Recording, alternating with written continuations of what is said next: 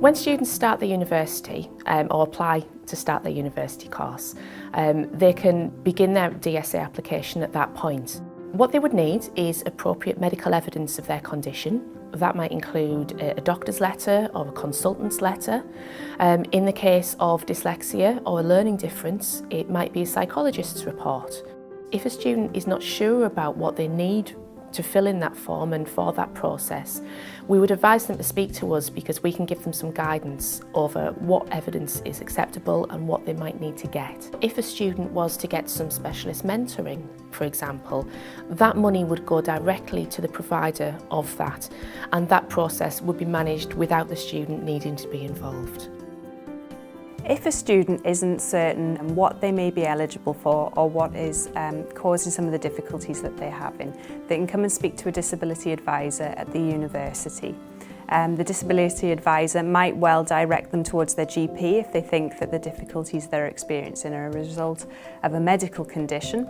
But if we think it might be more specific learning difficulty based, then we may arrange for the student to have an educational psychologist's assessment in which the psychologist can assess for difficulties which might be arising from dyslexia, dyspraxia, dyscalculia or similar conditions. So once a student has applied for Disabled Students Allowance and their funding body has accepted that they are eligible, they'll be asked to have a needs assessment.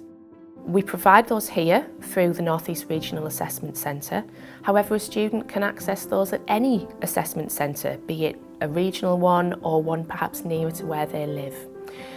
All assessment centres will follow exactly the same process, and that will be to talk through the student's condition, talk through their needs, think about how their condition might impact on their studies during their time at university. Assessment centres can be found through the DSA website. There is a full list of all the assessment centres in the UK. If a student is struggling to do that, they can ask us and we can direct them to their local one, be it regionally here or nearer to where they live. Disabled Students Allowance isn't money in your pocket, so to speak. What it will pay for is any kind of specialist software, equipment, that might be ergonomic equipment, it could be digital voice recorders. Some students have wheelie cases if they have difficulties carrying heavy amounts of equipment. It's also possible for some students to have a travel allowance as well if for some reason they were unable to use public transport or drive themselves to the university. Any of the software and equipment that a student might get from Disabled Students Allowance does not need to be paid back, does not need to be given back at the end of a student's course. So it's all their own and they can use it however they wish to support their studies. Disabled Students Allowance does roll over from academic year to academic year. So once a student has applied once on their course, there isn't any need for them to do it again. And the only time that a student may need to have a review or reapply again is if they have a break in study, they change course, or their needs substantially change as well, in which case it's worth having a review to see if there's anything additional that might benefit them in the long term.